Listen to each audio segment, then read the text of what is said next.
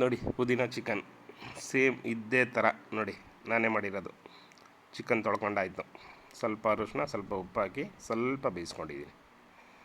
ನೋಡಿ ಒಂದು ಬೆಳ್ಳುಳ್ಳಿ, 8 ಮೆಣಸಿನ್ಕಾಯಿ, ಸ್ವಲ್ಪ ಕೊತ್ತಂಬರಿ ಸೊಪ್ಪು, ಒಂದು ಈರುಳ್ಳಿ, 2 ಟಮಾಟೆ, ಚಕ್ಕೆ ಲವಂಗ, ಸ್ವಲ್ಪ ಪೆಪ್ಪರು, ಶುಂಠಿ ಆಗೋಯ್ತು. ಒಂದೇ ಒಂದು ಪುದೀನ ಸಣ್ಣಕ್ಕೆ ಹೆಚ್ಚಿಟ್ಕೊಬೇಕು.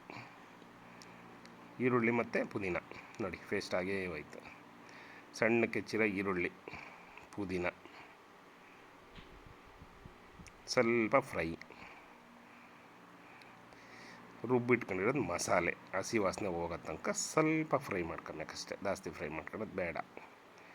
ಧನಿಯಾ ಗರಂ ಮಸಾಲ, ಸ್ವಲ್ಪ ನೀರು, ಚಿಕನ್ ಹಾಕೇ ಬಿಡೋದು ನೋಡಿ ಇಷ್ಟೇ.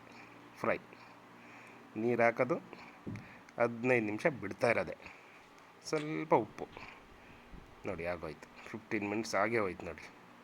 ನೋಡಿ ಚಿಕನ್ ರೆಡಿ, ಸೂಪರ್ ಪುದೀನ ಚಿಕನ್ ನೋಡಿ. ಹೆಂಗಿದೆ ನೋಡಿ, ಸೂಪರ್ ಚಿಕನ್. ಭಾನುವಾರ ಬೇಕೇ ಬೇಕು ನಮಗೆ ಚಿಕನ್ನು, ಹಾಗಾಗಿ ನೋಡಿ ಹೆಂಗೆ ಕಾಣ್ತಿದೆ ನೋಡಿ, ಸೂಪರ್ ಚಿಕನ್.